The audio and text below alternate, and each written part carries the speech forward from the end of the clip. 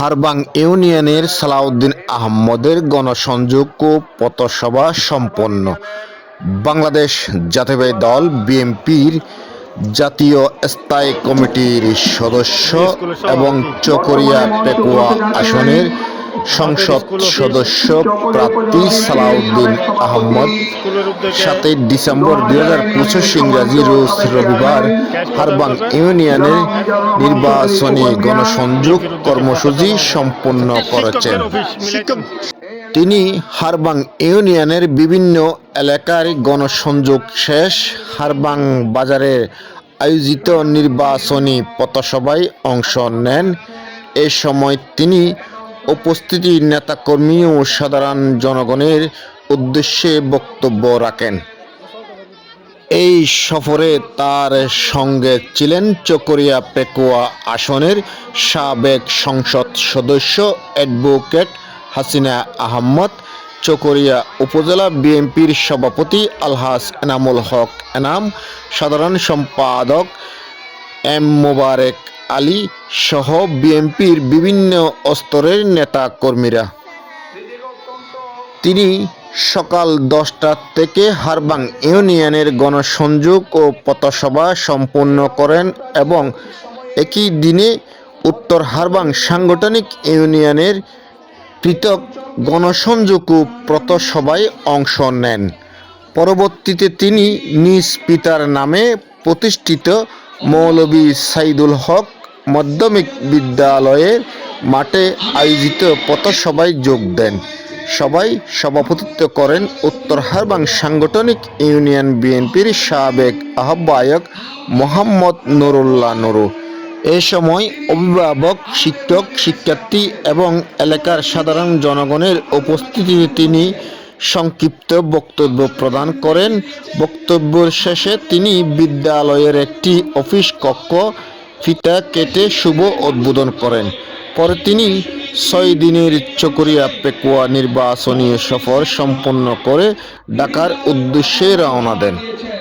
তিনি বক্তৃতায় ওই সময় আরও বলেন, উত্তর হারবাংবাসীকে জানান উত্তর হারবাং সাংগঠনিক ইউনিয়ন ভবিষ্যতে ইউনিয়ন রূপান্তর নিতে পারে। তিনি আরও বলেন, বর্তমানে বাংলাদেশ জাতীয়বাদী গণতান্ত্রিক অধিকার রাখেন ও উন্নয়নের বাংলাদেশের কাণ্ডারি। তাই বিএনপির মনোনীত প্রার্থী ধানের শীষের প্রতীকে তাদের মূল্যবান ভোটটি প্রদান করে দেশ ও জাতির উন্নয়নে কাজ করার সুযোগ করে দেওয়ার আহ্বান জানান। তিনি আরও বলেন, হারবাং ইউনিয়নে যেই অবকাঠামো উন্নয়ন হয়নি, সেই ভবিষ্যতে বিএনপি ক্ষমতায় গেলে এই উন্নয়ন দ্বিগুণ হবে বলে প্রতিজ্ঞা করেন ও প্রতিশ্রুতিও ব্যক্ত করেন। তিনি ওই সময় আরও আশ্বাস দেন, উত্তর হারবাং সাংগঠনিক ইউনিয়ন শিক্ষা বঞ্চিত শিশু ও মানসম্মত শিক্ষা ব্যবস্থা ও এই স্কুলটিকে গড়ে তোলার আশা ব্যক্ত করেন। এই সময়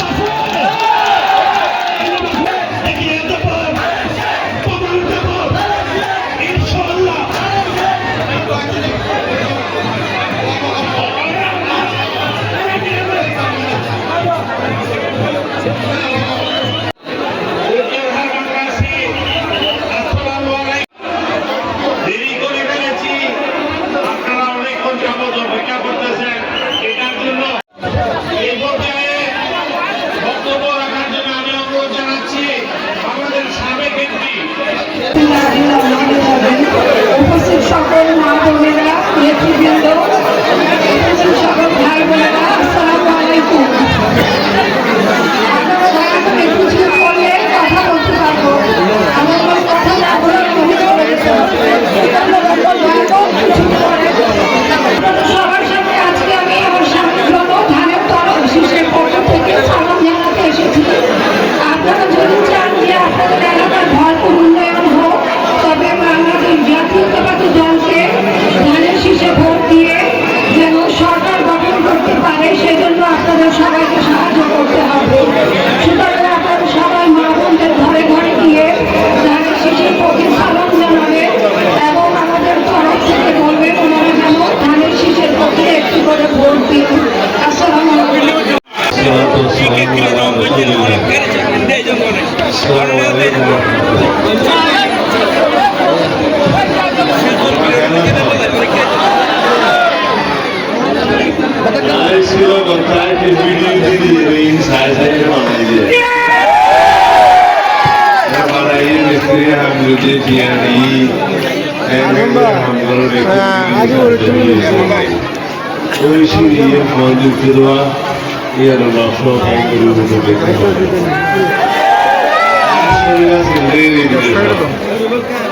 সবসময় আমরা আর পরিচয় সরকার আর সন্তান অন্যান্য উচ্চশিক্ষায় শিক্ষিত মানুষ স্কুল হতে হবে। এই এলাকাবাসীর ওইটা প্রাথমিক স্কুল, তারপরে কমিটি স্কুল, এখন আলাদা স্কুলের দুতলা করে বললেন আশেপাশে যে স্কুল না যেগুলো দরকার আছে এই ব্যক্তির থেকে বেলা সে আগেও দিয়ে এখন দিয়ে বিষয় মানুষ শিক্ষিত গেলাম আর সন্তান শিক্ষিত গুলো তো শিক্ষিত হইলে তারা নিজেরাই মানুষ হলো বাংলাদেশের সম্পদ হলো।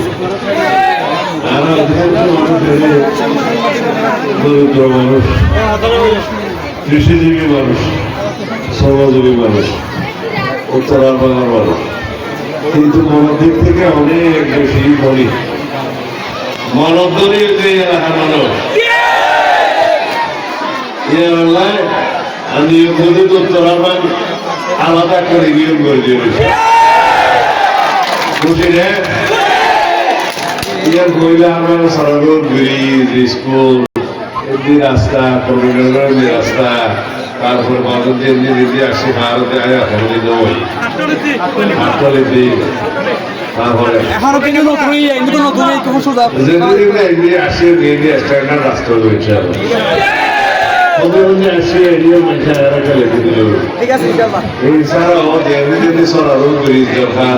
রাস্তাঘাট দরকার, অন্যান্য প্রতিষ্ঠান দরকার, লিখে দিবার যাবে ইনশাআল্লাহ। কত মানুষ আছে তো হতা হবে আর কত মানুষ আছে তো দাফন করে দেয়। এই আয় শেষ দিলে রে দাফন পরিবারের বক্তৃতাকে হাত দিতে, টেলিভিশনের দিতে, পার্টি দিতে, এটা কি ওর বক্তৃতা? এটা না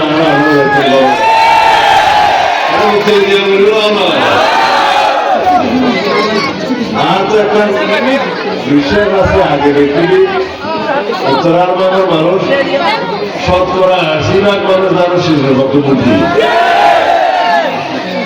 এই বাজারে তো মহাগুরির ইউনিয়ন করতে মিলে হয়ে এবার 70 দেওয়ানো বলব বেতন হাসা সালামি মজা দেওয়ানো বলব মহাগুরিতে হওয়ানো বলব আজ এই বহুত এসে সালাম দিল ভাই বা আমরা বুদ্ধি লাগলে জীবনতা ছিল দিয়া এর সময় চড়ে গেলে তোমার বেশি বুদ্ধি লাগতো আরো আমার তোমার বেশি বুদ্ধি এখন আমার ইয়ার তোর বেশি বুদ্ধি বলব কিন্তু